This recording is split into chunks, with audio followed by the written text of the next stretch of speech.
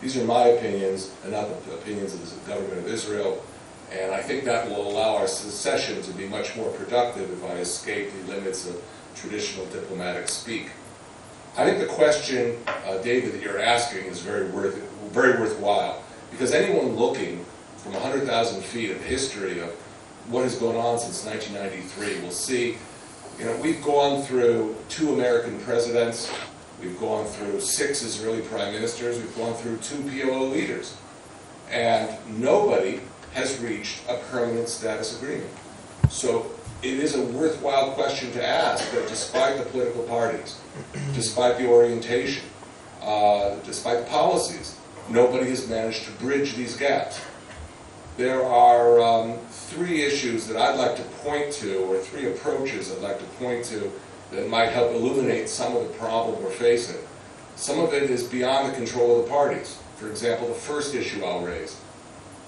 When Hussein Agha and I were both at the Madrid Peace Conference back in 1991, there was a major change in the Middle East that had occurred. The Soviet Union was on the verge of breaking up. It was no longer a great power, and of course it dissolved within months after the Madrid meeting. And second of all, Saddam Hussein had been defeated in Iraq by the coalition forces. And third, Iran hadn't yet revived. Iran was still very much suffering from the Iran-Iraq War, which waged for 8 years. These large regional conditions were important because they weakened the role of spoilers and perhaps suggested to the Israeli leadership, particularly when Rabin came to power, that it was worth trying the whole Oslo process. A window of opportunity was suggested had been created. But the question now that we have to ask ourselves is, where are we in terms of these kind of global shifts? Are we in a position that we were back in 91 or in 93, or has something else happened? I have to say that the direction of the larger picture of the Middle East has not been helpful for creating conditions for getting the parties in the Israeli-Palestinian conflict to move forward. The main condition that affects us from our perspective is the rise of Iranian power. We see Iran as a country that is active not only in our backyard, in Lebanon, in the Gaza Strip, but in Yemen, in Bahrain, and I don't have to tell you in the Gulf, where else they're active, in Iraq, in Afghanistan. And therefore we see a situation emerging where Iranian power is on the rise. And the players in the Middle East have to adjust to that. Second of all, we see some very strong pro-American elements in the Arab world who have been removed. I'm particularly thinking about President Mubarak of Egypt. Now, we have good relations with the successor regime in Egypt, but clearly that sends a signal to many in the Arab world who have been pro-American about how they should handle the risks they're going to face. And I'm sure it affects the calculations on the Palestinian side. So fundamentally, if we look at the level of the sort of larger conditions in the region, they've very much shifted. And they've created a different situation today than we had back when the peace process started. A second issue I want to share with you is an Israeli perspective. And the perspective is important for you to understand how Israelis look at the risks we face and what we have to do to offset those risks. Israel is viewed as a very powerful country by many in the world, by some in the region, but at the same time there are threats we face where much of our military power cannot be employed to remove those threats. And what comes to mind is the unilateral withdrawal of Israel from the Gaza Strip in 2005. Many people in Israel, when Sharon executed the disengagement from Gaza, anticipated that if the Israeli army is leaving Gaza, if the settlements in Gaza are being removed, and the settlers as well, the level of violence should drop. We had rocket launches from the Gaza Strip into Israel starting in 2001. But one would have expected that the rate of rocket fire would drop. And in fact, if you just look at the data, in 2005, the year that we pulled out of Gaza, we had 179 rocket attacks against southern Israel. The year after, in 2006, we had suddenly 946 attacks. In other words, the number of attacks after we pulled out increased by 500%. Now, many of you would say, well, wait a minute, you pulled out unilaterally. That wasn't in a peace agreement. And, that's a valid argument. Nonetheless, Israel did coordinate its withdrawal from Gaza with the Palestinian leadership at the time. A Palestinian general, Nasser Yusuf, was sent by Mahmoud Abbas to the Gaza Strip to make sure there wouldn't be rocket fire during our withdrawal.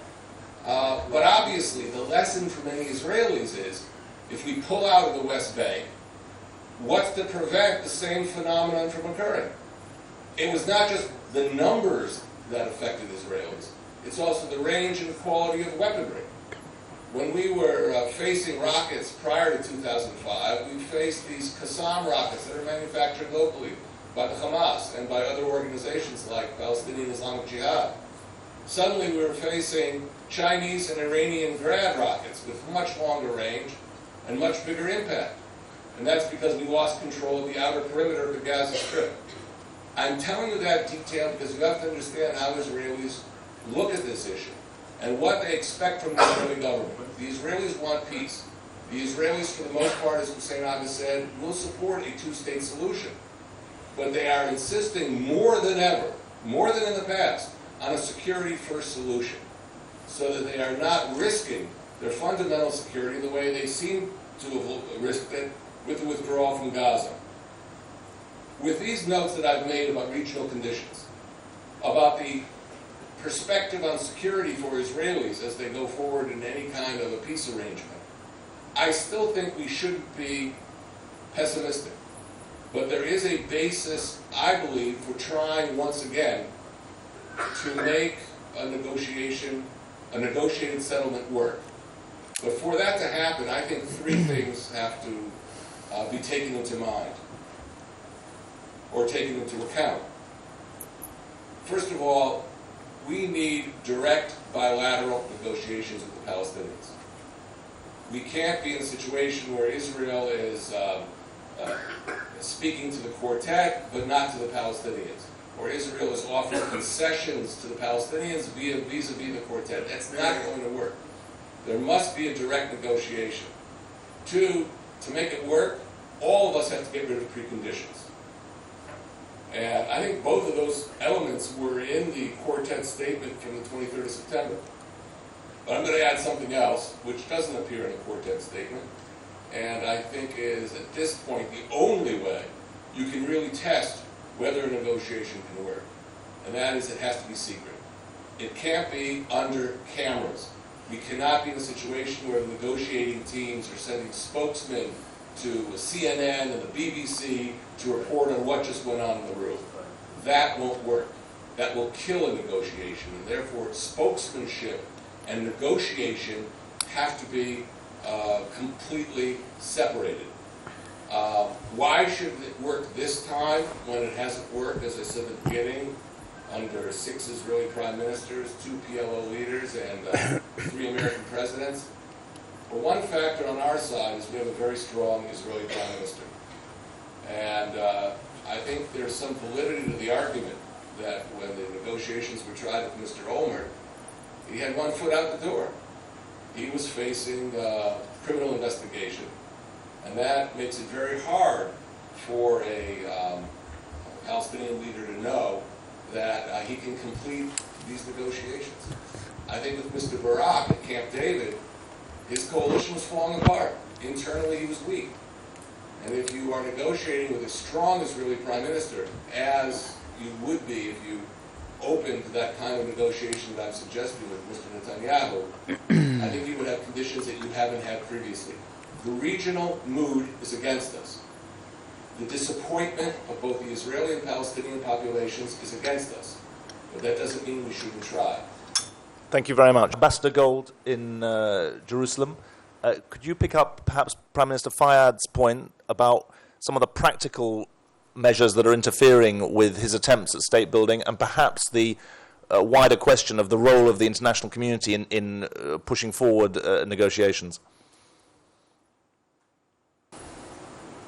Well, I think these are the kind of subjects we have to be talking about. I mean, many of these issues are addressing interests of the Palestinians and their interests of Israel. And I think they can be moved forward if we actually have a discussion on those points, because I think the improvement and the economic standing of the Palestinian Authority, the fact that healthcare and education improve in the Palestinian Authority is an Israeli interest as much as it is a Palestinian interest. That's not a problem. I'd like to, though, address just some of the tenor that I hear from some of the speakers, that it's just unfortunate. You know, I have been on CNN and the BBC with Nabil Shah, with Saeb Erekat, over the last 15 years. And frankly, you know, we can do that again, and I have my facts that I can pull out of my charts and this and that. I don't want to do that. We have to think towards the future. And I'm sorry to tell you this, but you know, those of you, since I'm speaking to an audience in the Gulf, Iran is a real threat. In fact, it's a greater threat to the Gulf and to the Sunni Arab states than it is to Israel. Frankly, when we try and look at our strategic future, and I know this may not be part of your discussion today, but it should be, the big question is, what happens to Iraq in the future? Is Iraq going to be a model democracy, part of what we call the Arab Spring, or is Iraq going to be an Iranian satellite? And therefore the pressure will be on Jordan and on the whole Mashrek in the future. If we recognize that we have shared interests, then we can discuss those shared interests and perhaps create a framework that actually helps us solve the Israeli-Palestinian issue. And there is a role here for a number of players that haven't been involved in the peace process before. The Gulf states, Jordan, and of course, to the extent that Egypt can be involved in the future, that's also very important for the future of Gaza. But I think we have to think forward. We have to think of our shared problems. And I think in terms of negotiations, we should try and reach agreements where we can reach agreements. And there's certain areas that are going to be unbridgeable and we're going to have a difficult time. But that shouldn't dissuade us from trying to move from where we are to a better position in the future. Thank you. Ambassador Gold, there were some specific questions addressed to you. I'd be grateful if you could address them, and also the generic point that I've raised. Well, there's so much here. I'll try and plunge in. There were some questions about how we see the developments in Syria and elsewhere as a result of what's called the Arab Spring. I mean, the jury is still out. We don't know what kind of leadership is going to replace a regime like that of Bashar al-Assad. I know that in the West, much of what has gone on in the Arab world has been embraced. Israelis are hopeful that, of course, as democracy spreads in the Arab world, and that will lead to governments that legitimize themselves through being elected democratically rather than legitimize themselves by perpetuating the conflict. But at the same time, we're realistic that we see the spread of the Muslim Brotherhood influence in a number of countries around us, from Tunisia all the way into Syria. And we don't know how that's going to shake out. Does the Muslim Brotherhood in Egypt, will it take the position of Sheikh Yusuf Qaradawi against the Iranians? Or will it invite them in a different way? So those are some questions that still remain for Israelis looking at these developments. I have to also address the question that has come up about an imposed solution. You know, there is the famous expression, noblesse oblige. You take upon yourself some responsibility, you have obligations. And unfortunately, when those obligations have been taken upon themselves by the international community, they often have not been executed, particularly in the area of peacekeeping. Many people want to see international peacekeepers in the West Bank.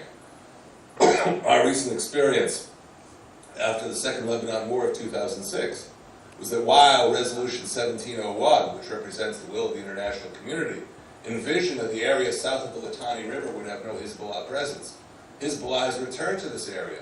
And do we expect international peacekeepers to go into Shiite villages and take out the weaponry that has been prepositioned there for our next round with Israel. It should, according to the UN resolution, but it's not happening. And therefore, our approach has always been that we must defend ourselves by ourselves. We don't want NATO forces defending us. We don't want international forces defending us. We want to defend us. And the parameters of that self-defense can be worked out with our Arab neighbors when we have a political solution. On the question of interim versus long-term final status agreements, look, it would be great if we can reach a final status agreement. I think we should try. That's why I suggested that secret talks should be undertaken without preconditions. They must be direct, they must be bilateral, and that way nobody has to sacrifice his positions by just going to give it another round of trying. But I think that if, in the end, we cannot reach a permanent status agreement, we should try and reach agreements in areas where we have a basis for bridging our differences. And that would lead us into something that looks interim, but perhaps very different from what existed before during the period of the Oslo peace process.